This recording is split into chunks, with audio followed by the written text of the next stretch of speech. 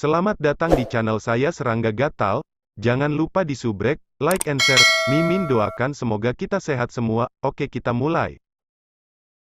The Misty Cloud Pavilion juga merupakan tempat pemborosan uang terbesar di Arden Fire City.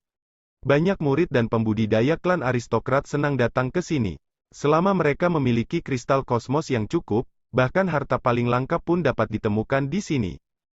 Pada platform pertempuran tertutup, dua penguasa dewa sejati saat ini bertarung dengan gila-gilaan. Mereka sangat kuat dan bisa melampaui alam mereka untuk bertarung melawan dewa kekosongan. Dan di sekitar platform pertempuran, ada beberapa murid klan aristokrat dan pembudidaya kuat yang tersebar di sekitar tempat itu. Hampir semua dari mereka membawa serta pelayan dan pelayan cantik mereka. Bahkan para pembudidaya kuat yang datang sendiri akan memiliki satu atau dua wanita cantik dari Misty Cloud Pavilion yang menuangkan anggur dan melayani mereka. Segera, pertempuran berakhir. Yang satu menang, dan yang lain menghilang dari pertempuran. Orang yang tersebar tidak bisa lagi mengembun menjadi ada. Dewa sejati dianggap biasa di tempat ini. Bahkan, Ying San Si Yue, yang memiliki garis keturunan bangsawan, dianggap sebagai orang biasa karena dia adalah dewa sejati. Lebih sedikit yang perlu dijelaskan tentang dewa sejati dengan latar belakang yang lebih lemah. Orang-orang ini berasal dari kelas terendah, dan jika mereka beruntung, mereka bisa pergi dengan damai. Kalau tidak, jika mereka menyinggung beberapa karakter besar, mereka kemungkinan akan kehilangan nyawa mereka. Oleh karena itu, mereka yang memiliki ambisi akan melakukan yang terbaik untuk menjadi ahli. Dan meskipun risiko memasuki platform pertempuran hidup mati sangat besar, mereka bisa mendapatkan banyak dari itu. Akan ada satu pihak yang sekarat selama setiap pertempuran, dan pemenangnya akan mendapatkan sejumlah besar Origin World Rocks. Hanya dengan mendapatkan sumber daya ini mereka dapat mengolah dengan kecepatan lebih cepat. Benar-benar sampah, saya menghabiskan begitu banyak usaha namun dia sangat tidak berguna. Ying San Laihu melemparkan cangkir di tangannya dengan marah. Dia menggertakkan giginya dengan marah. Pangeran Laihu, jangan terlalu marah. Sebentar lagi, aku akan menemukan tamu yang lebih baik untukmu. Dia pasti tidak akan begitu tidak kompeten seperti sampah ini. Seorang cantik berkata dengan lembut di samping sambil memberinya anggur. Fuer, kamu juga mengatakan ini sebelumnya. Apakah Anda pikir saya masih berani mempercayai Anda? Ying San Laihu berbalik sebelum membelai rahang kecantikan ini. Hampir semua wanita cantik yang melayani di pavilion awan berkabut berkultivasi dalam beberapa ilmu sihir. Bahkan pembudidaya yang kuat akan melihat diri mereka jatuh tanpa sadar ke dalam mimpi yang lembut dan hangat. Rasanya benar-benar nyaman. Pangeran Laihu, tolong yakinlah. Fuer pertama-tama akan pergi dan menemukannya. Setelah menemukan satu, Anda dapat melihat tamu setelah itu. Fuer sedih mendengar Anda tidak percaya padanya. Petik 2. Saat Ying San Laihu sedang menggoda si cantik, tiba-tiba, seorang pria gemuk datang melalui jalur awan. Laki-laki gemuk ini tertawa dari kejauhan, hahaha, Pangeran Ying San Laihu, selamat, selamat. Selamat, Ying San Laihu merasa terkejut. Dia diliputi oleh kejutan. Beberapa murid klan aristokrat dan ahli kuat yang hadir terkejut.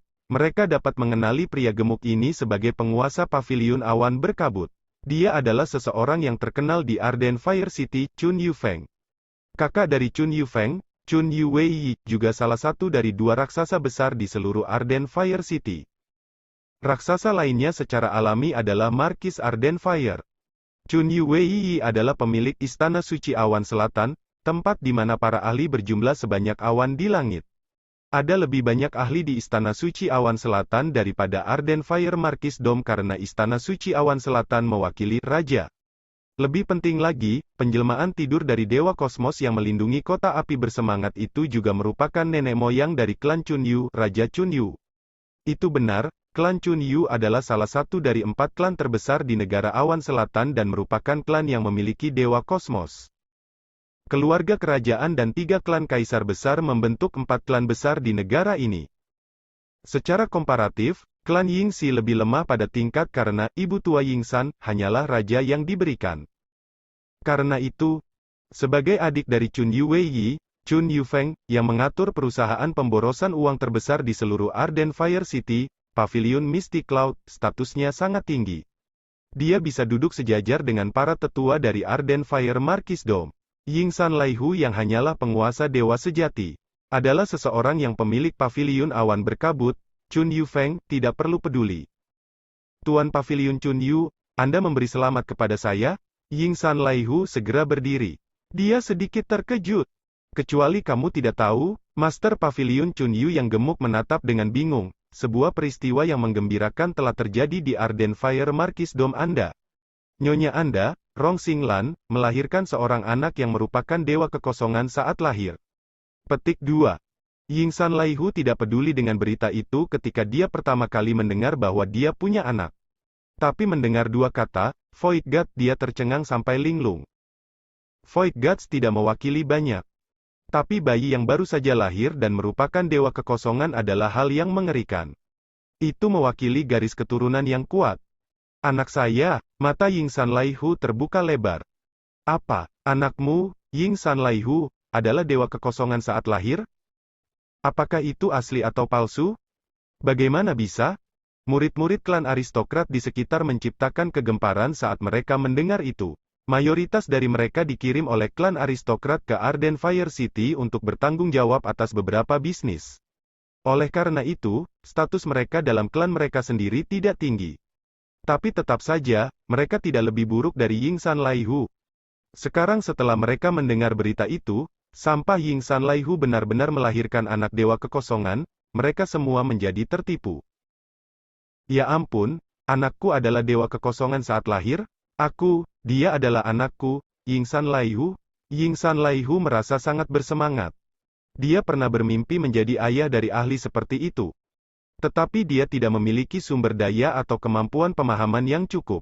Dia juga seorang anak yang dimiliki ayahnya ketika ayahnya lebih lemah. Dengan demikian, garis keturunannya juga lebih lemah. Dia sejujurnya tidak bisa menerobos untuk menjadi Dewa Void. Itu sebabnya dia memutuskan untuk menyerah dan hanya mengandalkan identitasnya untuk menikmati hidupnya. Rong Xinglan, ketika Yingsan Laihu memikirkan kembali, gadis itu adalah seseorang yang dia tangkap langsung dan dibawa kembali ke Marquisdom karena dia cukup cantik. Setelah itu, dia melahirkan seorang putri bernama Yingsan Si Yue yang belum pernah dia lihat sebelumnya. Dia ingin menghubungi Rong Xinglan. Tetapi dia akhirnya menemukan bahwa dia tidak merekam jejak komunikasi Rong Xinglan. Nyonya, Yingsan Laihu segera menghubungi nyonya tertuanya Chan Yuyanzhen. Rong Xinglan melahirkan seorang anak yang merupakan Void God? Ya, lebih baik kamu kembali. Kakek Markis marah. Chan Yuyanzhen menjawab singkat. Pada saat itu, dia tidak punya mood untuk mengatakan lebih banyak kepada suaminya. Hahaha. Yingsan Laihu tiba-tiba tertawa terbahak-bahak. Tawanya bergema di istana besar ini, putraku, Yingsan Laihu, sebenarnya adalah dewa kekosongan saat lahir. Hahaha. Saudara Laihu, selamat. Saudara Laihu, benar-benar mengagumkan. Beberapa teman bajingan Yingsan Laihu dan bahkan mereka yang mencemooh Yingsan Laihu mengeluarkan suara ucapan selamat pada saat ini. Yingsan Laihu terus tertawa. Dia kemudian berbalik, melemparkan jubahnya sebelum berkata, pergi, waktu untuk kembali ke Marquisdom. Ya Tuan, kelompok pelayan di belakangnya mengakui. Suara mereka semua lebih keras dari sebelumnya. Jelas, para pelayan ini juga merasa bersemangat. Meninggalkan paviliun awan berkabut. Yingsan Laihu duduk di keretanya dengan arogan. Para pelayan juga melayani dia di atasnya. Binatang buas yang bermutasi sedang menarik kereta yang melengkung di langit dengan kecepatan tinggi. Mereka menuju kembali ke Marquisdom. Hanya waktu yang dibutuhkan untuk menyeduh secangkir teh nanti. Seorang lelaki tua berjubah abu-abu muncul di udara. Jelas, dia sedang berteleportasi dan bergegas menuju tujuannya. Saat dia melihat Yingsan Laihu, dia berteriak, Yingsan Laihu, kakek Markis telah mendesakmu kembali untuk menemuinya saat ini. Ikuti aku. Itu Penatua Tian? Bagus. Yingsan Laihu sangat bersemangat. Pria tua berjubah abu-abu itu malah meraih Yingsan Laihu dengan tatapan dingin dan serius. Dia langsung berteleportasi. Sebelum Yingsan Laihu ditangkap, dia bahkan memerintahkan bawahannya, bawa kembali kereta berharga ini. Tidak, kereta ini harus ditukar dengan yang lebih baik setelah kita kembali. Yingsan Laihu sudah memikirkan kehidupan indah yang akan dia alami di masa depan.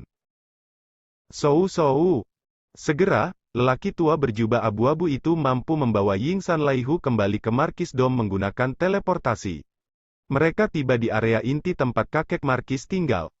Tunggu di sini. Pria tua berjubah abu-abu itu turun bersama Yingsan Laihu. Apa yang terjadi? Yingsan Laihu melihat sekelilingnya. Pelindung di sekitarnya semuanya dingin. Aura mereka bahkan sedikit ditekan. Orang tua berjubah abu-abu itu tidak tersenyum sama sekali. Bukankah ini kesempatan yang menggembirakan? Apa yang terjadi yang membuatmu turun? Yingsan Laihu melihat sekelilingnya seperti orang bodoh. Dia jarang datang ke tempat ayahnya karena dia tidak memenuhi syarat untuk datang ketika ayahnya tidak memanggilnya. Penatua Tian, di mana putra saya itu? Yingsan Laihu mau tak mau bertanya. Dia adalah dewa kekosongan saat lahir, dan sekarang, dia merasa kesal karena dia tidak pergi menemui putranya di masa lalu. Tidak peduli apa, itu masih putranya. Pangeran Suiying saat ini bersama kakek Markis, kata lelaki tua berjubah abu-abu itu. Tiba-tiba, raungan datang dari dalam aula istana, pergi ambil wanita berbisa itu, kembali Chan Yuyanzhen. Yingsan Laihu merasa sangat ketakutan hingga kakinya menjadi lunak saat mendengar ini. Chan Yuyanzhen, bukankah itu istrinya? Markis Arden Fire jantan berjubah merah duduk di posisi kepala. Di sampingnya ada dua tetua dari keluarga leluhur serta tetua Markis Dome. Secara alami, di ujung tempat duduk Rong Xinglan yang sedang memeluk putranya. Rong Xinglan dipenuhi dengan rasa takut dan gentar. Bagaimanapun, ini adalah pertama kalinya dia duduk bersama dengan kakek Markis dan para tetua, dia bisa merasakan kakinya menjadi lembut. Adapun Suiying, dia hanya bisa mengendalikan perilakunya. Dengan alam hatinya saat ini, tidak mudah untuk bertindak seperti anak kecil. Rasanya canggung. Aku hanya akan bertahan melewati periode ini, pikir Suiying. Biarkan orang bodoh yang tidak berguna itu masuk. Markis Arden Fire bisa melihat dengan sekali pandang Yingsan Laihu menunggu dengan patuh di luar istana. Meskipun putra ini cukup sampah, dia masih seorang anak yang dimiliki Markis Arden Fire ketika dia lebih lemah. Markis memiliki perasaan yang tulus untuk anak ini dan bahkan secara pribadi mengatur pernikahan untuknya. Markis juga telah mengalokasikan banyak sumber daya untuk nama anak ini. Meskipun garis keturunan putra ini lemah, sebagai ayahnya, dia berharap melihat putranya bangkit suatu hari nanti. Namun demikian, sayang sekali putra ini memilih untuk menikmati hidup, menyebabkan Markis Arden Fire merasa sedikit kecewa padanya. Ini ayah saya. Suiying dapat melihat pria parubaya yang masuk. Menghadapi suasana di dalam aula istana, pihak lain tanpa sadar sedikit membungkukkan punggungnya. Berdiri di sana, Markis Arden Fire meraung. Ya. Yingsan Laihu tidak berani menentang ayahnya. Dia berdiri di sana dengan patuh tanpa mengeluarkan suara. Tapi dia masih tidak bisa membantu tetapi berbalik ke arah gadis yang duduk di tepi dan anak di pelukannya. Anak itu sedang mengamatinya tanpa menunjukkan rasa hormat sama sekali. Aku ayahnya, namun dia berani menatapku seperti itu, aku harus memberinya pelajaran yang baik. Tidak, aku tidak bisa memenangkannya. Dia adalah dewa kekosongan saat lahir. Yingsan Laihu merasa hatinya menjadi pahit. Kerajaan kemungkinan besar akan mengatur sekelompok pelindung dan pelayan yang jauh lebih kuat dariku untuk anakku ini. Tapi dia masih anak kecil. Saya akhirnya ayahnya. Di masa depan, saya hanya akan lebih memanjakannya, dan kami pasti akan menjadi lebih dekat. Yingsan Laihu sedang merencanakan apa yang harus dilakukan. Harta yang dianugerahkan kepadanya pasti lebih dari apa yang saya dapatkan. Pada saat itu, selama dia membiarkan sedikit harta sebanyak celah di antara jari-jarinya kepadaku dan aku akan dapat lebih menikmati hidupku. Jika sebelumnya, Yingsan Laihu masih dipenuhi dengan semangat juang menuju kultivasi. Tetapi ambisinya ini telah terkikis oleh hiburan dalam waktu yang lama, dan dia tidak lagi dipenuhi dengan semangat. Sesosok dilempar ke dalam aula istana. Dia adalah gadis berjubah merah Chan Yuyanzhen. Chan Yuyanzhen jatuh ke lantai dengan anggun di aula. Dia melihat ke atas dan melihat Markis Arden Fire yang duduk tinggi di atas, dan para tetua dari keluarga leluhur dan tetua dari Markis Dome, serta wanita rendahan Rong Xinglan yang saat ini memeluk anaknya. Kakek Markis, Chan Yuyanzhen segera memanjat. Dia dipenuhi dengan rasa hormat. Bahkan jika dia adalah orang yang sombong, dia harus mengikuti aturan. Kamu cukup berani untuk tidak mematuhi aturan klan Yingsan. Markis Arden Fire dengan dingin menyatakan, Kamu benar-benar berani meracuni seorang wanita hamil dari klan Yingsanku, membawa kelahiran prematur dari anak yang paling luar biasa sejak penciptaan klan Yingsan oleh leluhurnya sendiri. Dia lahir hanya dalam waktu 15 tahun. Karena dia adalah dewa kekosongan hanya dalam 15 tahun pembuahan, menurutmu apa yang akan dia capai jika diberi waktu yang cukup? Bukan hanya dia, bahkan dua tetua dari keluarga leluhur dan tetua di sekitarnya dari Markis Dom menatap dengan marah pada Chan Yuyanzhen. Ketika klan tumbuh lebih kuat, semua anggota dalam klan juga akan meningkat statusnya. Chan Yuyanzhen ini, karena alasan egois, telah secara drastis mengurangi waktu pembuahan yang dimiliki oleh Yingsan Suiying yang berbakat luar biasa. Jika Suiying tinggal di dalam rahim selama beberapa ratus tahun, garis keturunannya akan menjadi lebih terkonsentrasi, memungkinkan potensinya menjadi lebih besar. Tapi semuanya menjadi sia-sia karena nyonya yang berbisa ini. Cairan obat beracun, dilahirkan setelah 15 tahun, Yingsan Laihu menatap Chan Yuyanzhen dengan mata terbelalak. Bagaimana ini bisa terjadi? Bagaimana nyonya ini bisa begitu berani? Meskipun dia, Yingsan Laihu memiliki banyak wanita, sebenarnya dia hanya memiliki seorang istri Chan Yuyanzhen. Ini adalah pernikahan yang dibicarakan ayahnya demi dia. Bahkan hadiah pertunangan diberikan untuk pernikahan ini, dan upacara pernikahan disaksikan oleh banyak orang. Chan Yuyanzhen adalah seorang murid klan aristokrat dan juga ahli alam Unity. Makanya, dia biasanya akan terengah-engah ketika menghadapi istrinya. Sedangkan untuk wanita lain, sebagian besar dari mereka direnggut olehnya. Status mereka semua sangat rendah. Para wanita di dalam Markis Dom biasanya berada di kelas 6 terendah, dan memiliki level yang setara dengan para pelayan wanita. Hanya setelah mereka melahirkan, status mereka dapat dipromosikan. Oleh karena itu, Yingsan Laihu merasa diremehkan terhadap gadis-gadis itu. Mereka hanya digunakan baginya untuk melampiaskan dirinya. Dia tidak memiliki perasaan apapun terhadap wanita-wanita itu. Dan mereka kemungkinan besar tidak sebaik Fuer dari Paviliun Awan Berkabut. Fuer adalah seseorang yang sering dia manjakan. Tapi kembali ke topik, istrinya benar-benar berani melakukan hal seperti itu? Yingsan Laihu tidak berani mempercayainya. Tidak, aku tidak melakukannya. Chan Yuyanzhen buru-buru membalas, kakek Markis, tolong selidiki lebih baik dengan jelas. Yanzhen selalu berhati-hati sejak aku meninggalkan klan Chan Yu dan menikah dengan klan Yingsan, apalagi melanggar aturan klan. Urusan cairan obat beracun itu tidak ada hubungannya denganku. Itu pasti seseorang yang berusaha melenyapkan murid jenius masa depan dari klan Yingsan saya, maka mengirim manajer Tian itu sebelum menjebak saya. Saya dirugikan? Saya rasa manajer Tian dibunuh oleh Anda. Markis Ardenfire melihat ke bawah ke arah Chan Yuyanzhen. Saya menemukan bahwa seorang pelayan seperti dia benar-benar berani bersekongkol melawan saya. Itu sebabnya saya membunuhnya dengan marah. Chan Yuyanzhen buru-buru menambahkan. Ini adalah satu-satunya hal yang dia lakukan yang tidak bersih. Lagi pula, durasi waktunya terlalu singkat, dan dia harus bertindak secara pribadi. Tanganmu cukup bersih. Mereka yang terkait dengan masalah ini mati atau tidak tahu apa-apa. Markis Ardenfire memandang Chan Yuyanzhen, dan sekarang, kamu masih membantah. Pasti ada seseorang yang merencanakan dari belakang sebelum menjebakku. Chan Yuyanzhen menambahkan. Markis Ardenfire menatapnya dengan dingin. Dia sudah menyelidiki semua yang bisa dilakukan sejak lama. Meskipun ada harta yang bisa mendistorsi ruang waktu, ada ahli dalam Markis Dom yang bisa mengabaikan distorsi dan melihat masa lalu. Sangat disayangkan bahwa semua bukti telah dihancurkan. Mereka mati atau hilang. Namun demikian, setiap bukti mengarah langsung ke Chan Yuyanzhen. Hanya ada masalah manajer Tian yang dilakukan paling langsung, dia dibunuh langsung oleh Chan Yuyanzhen. Jika seorang murid yang lemah dan kecil muncul, dan dia tidak menarik perhatian Markis Ardenfire, masalah ini kemungkinan besar akan dibahas. Tapi orang yang muncul kali ini adalah Yingsan Suiying, bakat yang luar biasa. Rekan tetua dari keluarga leluhur. Markis Ardenfire memandang dua tetua di sampingnya, wanita berbisa ini tidak mau mengakui kejahatannya.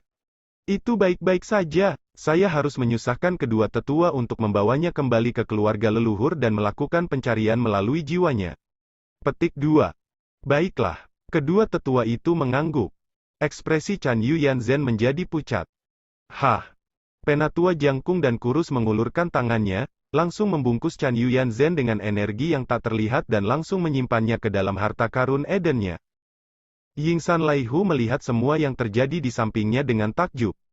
Dia tidak berani berbicara. Sui Ying Markis Ardenfire kemudian berbalik ke arah Sui Ying. Dia menyeringai. Kakek Markis. Sui Ying segera melompat turun dari paha ibunya. Suaranya jelas. Melihat bocah lelaki gemuk ini, Markis Ardenfire merasa sangat menyenangkan. Dia terkekeh, aku akan mengatur komandan pelindung untukmu. Dia pasti akan melindungimu dengan baik. Mengatakan itu, Markis Ardenfire melihat keluar istana. Seorang lelaki tua berjubah abu-abu segera masuk. Ini Tian Yizi, juga disebut Penatua Tian. Selain aku, dia hanya akan mendengarkanmu, kata Markis Ardenfire. Pangeran Sui Ying, pria tua berjubah abu-abu itu tersenyum dengan hormat. Apakah kamu kuat? Masih baik-baik saja. Pria tua berjubah abu-abu itu tidak sombong sama sekali. Dia telah mengambil sepenuhnya peran sebagai komandan pelindung. Markis Ardenfire melambaikan tangannya, menyebabkan dua aliran cahaya hitam terbang keluar. Mereka mendarat di tanah sebelum membentuk dua binatang hitam bermutasi. Rambut di tubuh mereka halus dan berkilau. Mata mereka berwarna merah darah. Mereka memancarkan aura di alam persatuan. Sepasang hewan ini dikenal sebagai serigala awan aliran hitam. Sepasang serigala awan aliran hitam ini kemudian berubah menjadi manusia. Keduanya membungkuk secara bersamaan, salam Tuan. Setelah periode ketika semua pengaturan dibuat.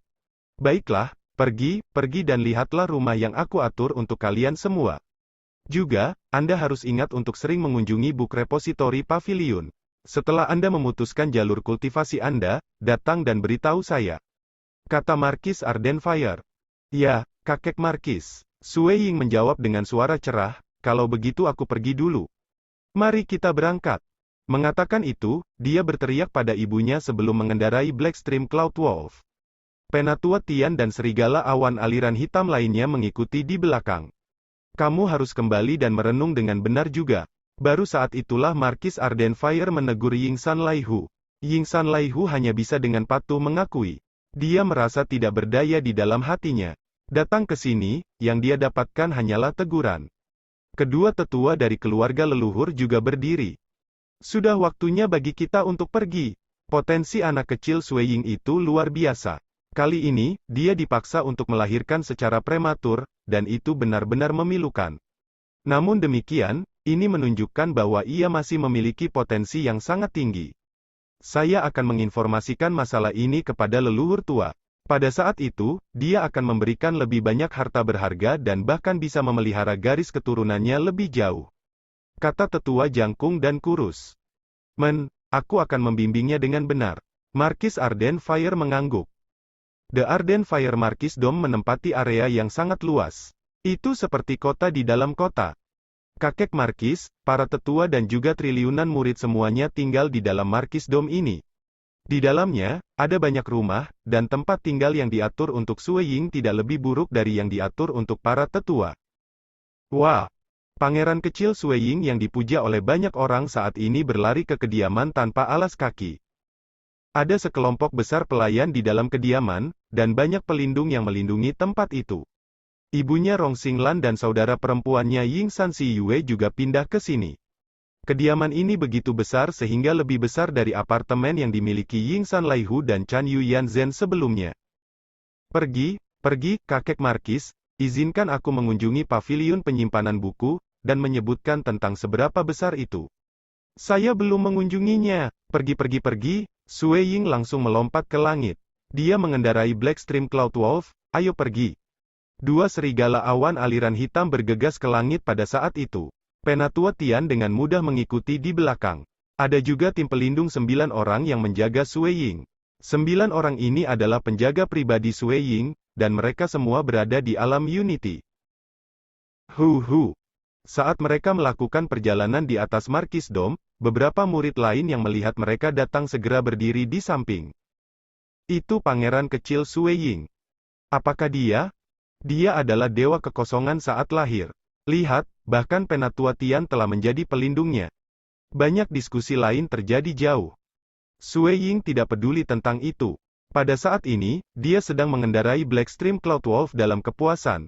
Namun tatapannya terpaku pada paviliun tinggi yang menjulang tinggi di kejauhan, paviliun gudang buku. Ada banyak kitab suci seni mutlak di dalam paviliun gudang buku.